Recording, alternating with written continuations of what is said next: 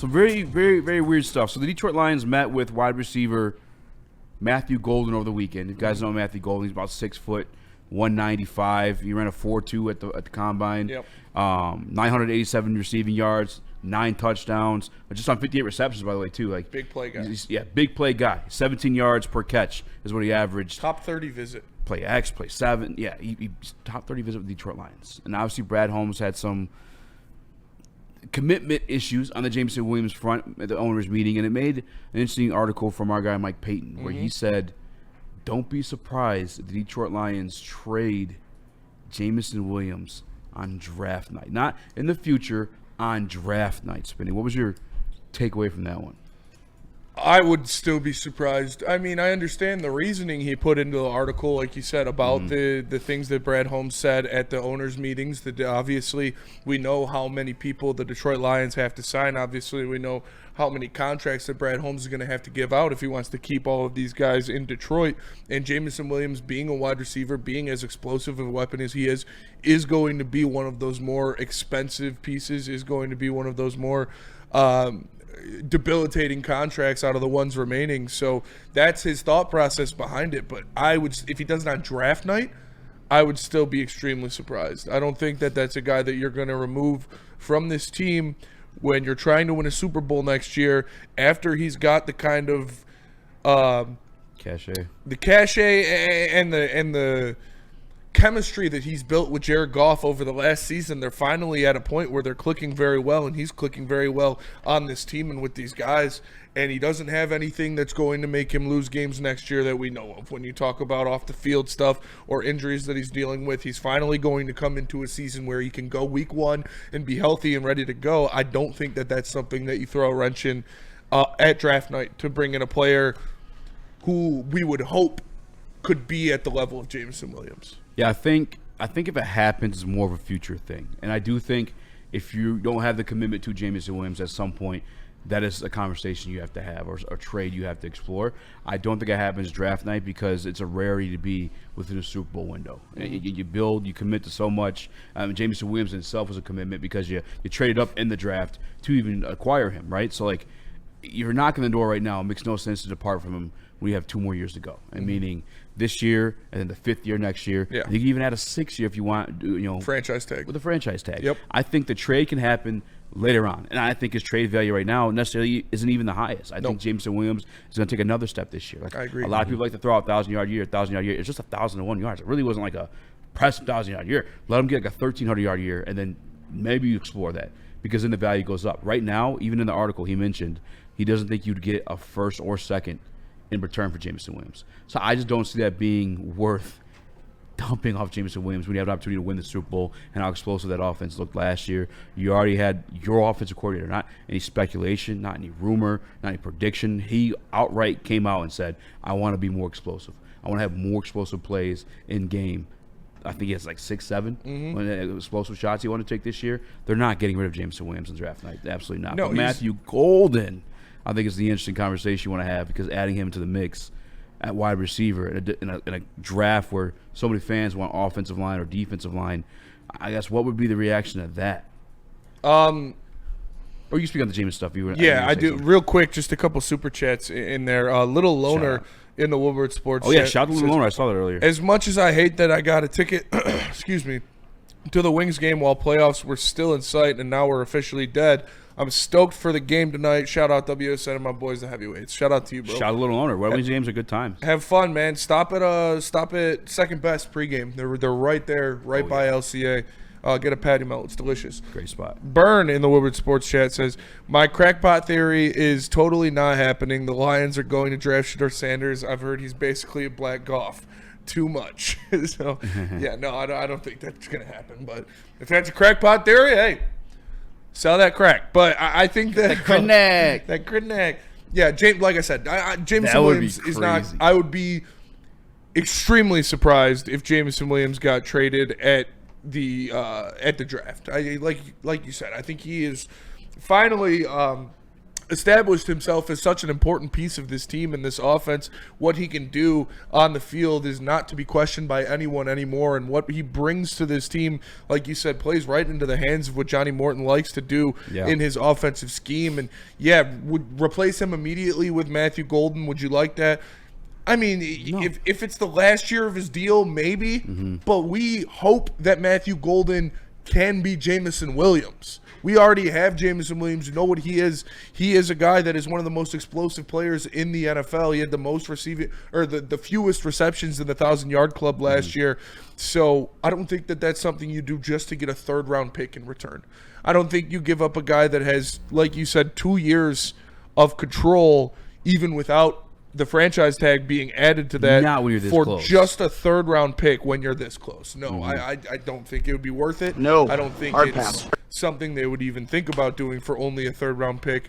If they're adding Matthew Golden, I don't think that means they're trading Jameson Williams. I think that means they're going to go out there and have the two explosive receivers, both on each side, and then Amon-Ra, St. Brown, and Sam Laporta eating up the middle.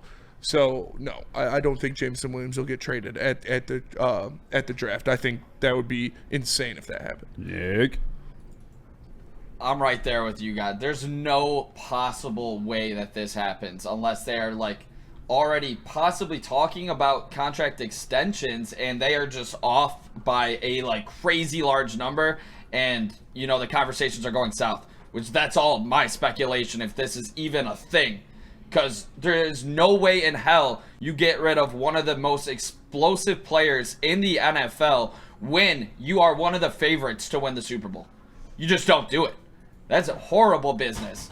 We know Brad had faith in this guy. You finally saw him get going, and now we talking about possibly trading him? I don't see this at all. I'm definitely staying away from Matthew Golden in the first round. I don't think you need another weapon on this offense right now. You need the weapons back on defense, beefing up that defensive line. And if they do go offensive, it better be for a piece you put on that line for the next 10 years to protect Goff. If we go wide out, I will be crashing out. I would too, probably. Yeah, I mean, it's one of those situations where I get it.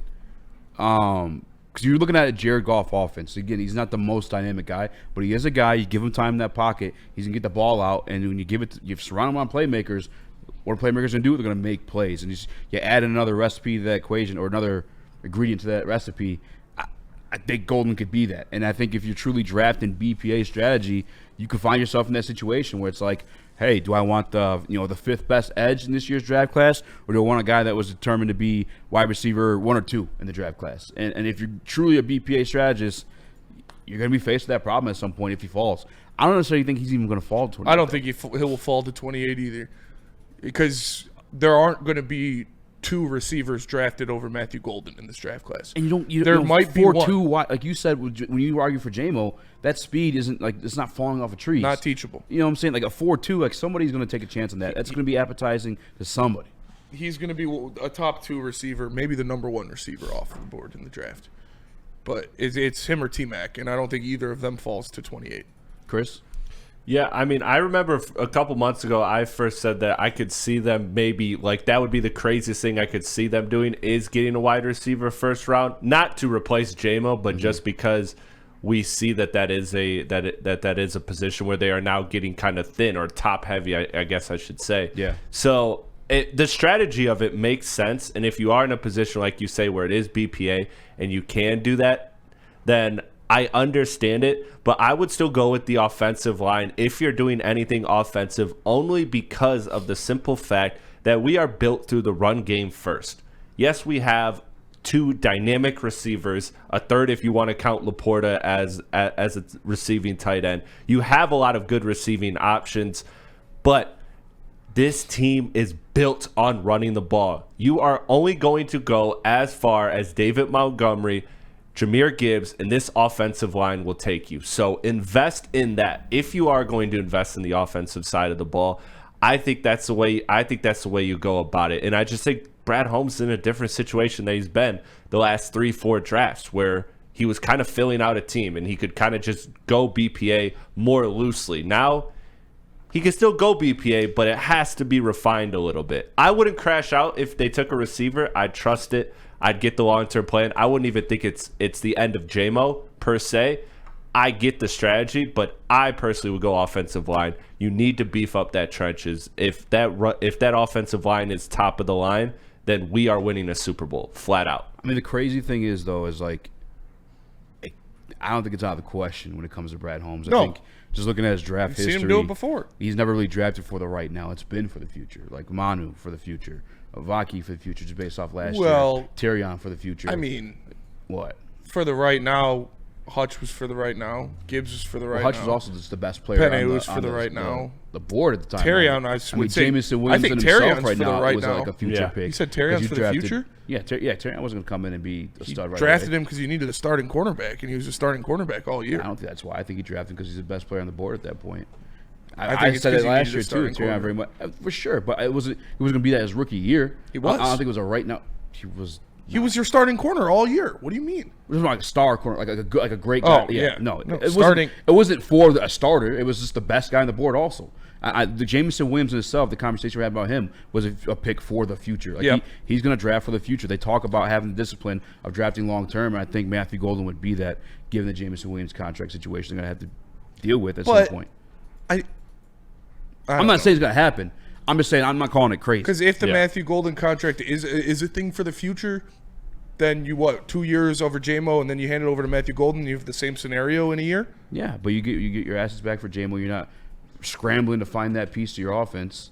Yeah, I don't know. I mean, I would be upset if he drafted a wide receiver in the first round. Like I'm more open to this one than we were having the Luther Burden conversation last week with Russ, because Luther Burden kind of like he's just a slot guy. Where this guy can line XZ slot, like he's good enough to put whatever, he's fast enough to put wherever. But again, I don't even think he gets to you at 28. I think him and T-Mac are both off the board in the top 15.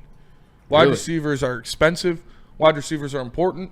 And like you said, not just a freak like accident wide receiver. Like he has been good for Texas. They showed that he can do it. He ran at 4.2.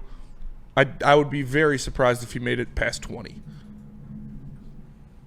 I wouldn't be as surprised, but I'd be surprised if he made it 28. The way I bet the Panthers get him. No way. this team was the number one offense in the league last year at 33 points a game. If they go wide receiver, that would be insane. Yeah, like and- they should not go wide receiver here. And like I said, And if you want to think for the I'm future, talking. if they are going to get rid of JMO, like you can do that next year. exactly, JMO's still here. wide receivers come out every single year. I would disagree with this wholeheartedly. I would like too. I would go against everything that I've believed in, and you got to build these lines back. Yeah, I agree 100%. They should not go wide receiver. And I know, believe in Brad, trust in Brad for sure. If you draft a wide receiver in the first round this year, I would be upset. Especially if you have to get a defensive lineman in the second round there. You have to. And you have to move up to do it. I know, whole way different ball game, but I feel like I remember we traded Slay and then had to draft Okuda. Like you don't trade Different a guy GM to too. draft another one. I don't know. Oh, It yeah, just the wouldn't trade's make not sense to me. Yeah, no, It the just trade, wouldn't he's make not trade. getting traded. No, like hell I no. said, I could see it happening. I totally could. Because if Matthew Golden is there at 28, he's probably the best player on the board. Unless something crazy happened. But I think we need to get past the best player on the board right now. And also factor in some need. Yeah. It's just Because a different state. you're at that point where Yeah. you don't need I think you don't reach in need those 10 situations, players. though. You have one of the best rosters in football. You don't need to just fill spots. Well, that's just a dangerous way of drafting, though, too, because that's how you know with a Jeff Okuda. You know what I'm saying? Like, But we also, need corner. you can balance it both ways, like I think they did last year, and like I think they can this year in a draft where it's not like any of these guys you'd be drafting at 28 or trading back to get would be reaches. Like if you got Scorton at 28, that's not even a reach. Like what he can do, what he's done. me. Shamar Stewart's not going to make it there. If you get one of those pass rushers at 28, you get Derek Harmon at 28, Kenneth Grant falls to 20. Those aren't reaches. Those are great players.